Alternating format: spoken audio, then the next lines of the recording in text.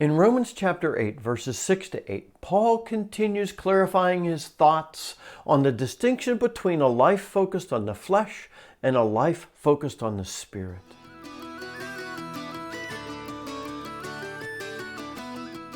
Hi friends, listen with me to Romans 8, verses 6 to 8. For to set the mind on the flesh is death, but to set the mind on the Spirit is life and peace. For the mind that is set on the flesh is hostile to God.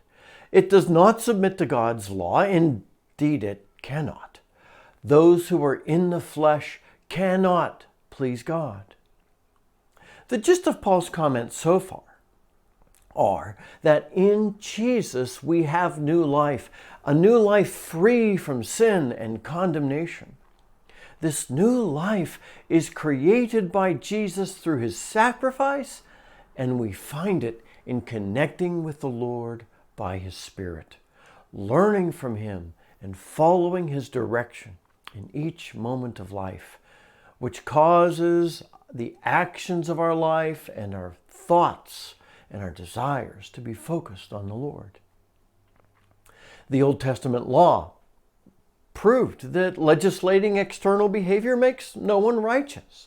The law was good, but it couldn't accomplish good because it depended upon people to obey it. And people can't because of their sinful desires. And because the law depends upon the flesh to obey, but the flesh is dominated by sin, so there is no obedience. Also, we were made to live connected in communion with God, and sin broke that connection. We were never made to live on our own. Another reason we can't fulfill the law of God. The root of our sin is found in our rejection of our proper connection and relationship with God. The law can't fix this. Jesus corrects all these problems. He cleanses sin. He teaches us about real life. He reconnects us with the Father. And today, by his Spirit, he lives with us, guiding us in our life. This is the point where Paul adds verses 6 to 8. We said our thinking and our actions support and feed each other. Well, notice Paul's progression here. The way we live determines the focus of our minds, and the focus of our minds determines the destination of our life. You see, when we live by the flesh, then we set our minds on the desires and the things of the flesh. That's our focus. And this results in death.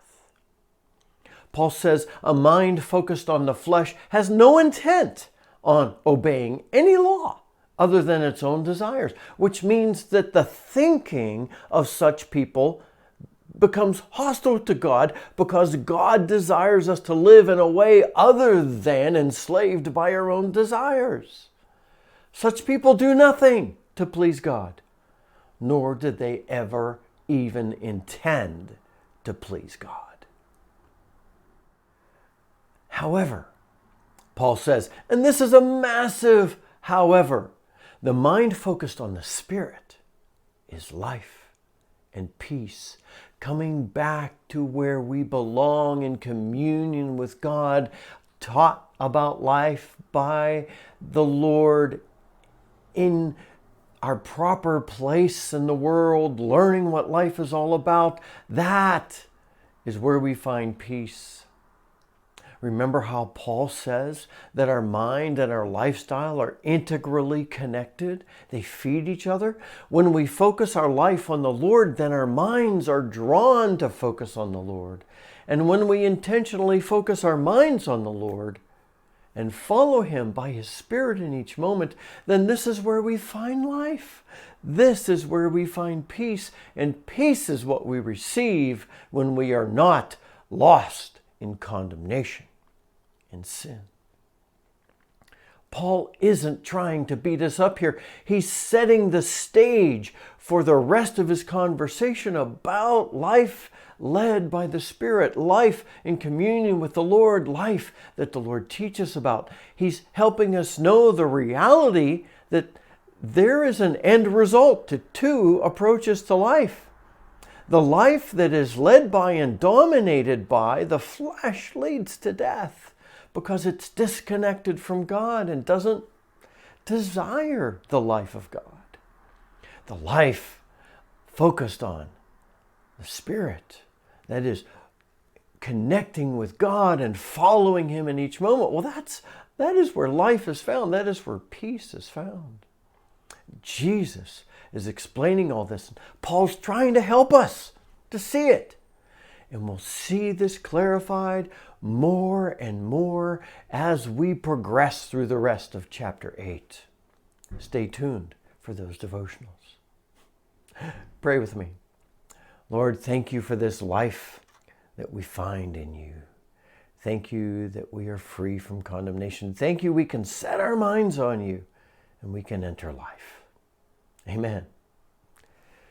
This is Scott Shade. Thank you for joining me in today's devotional, thinking about Romans 8, 6-8. Please subscribe so that you can comment, because I'd appreciate hearing your thoughts on these verses. Until next time, blessings.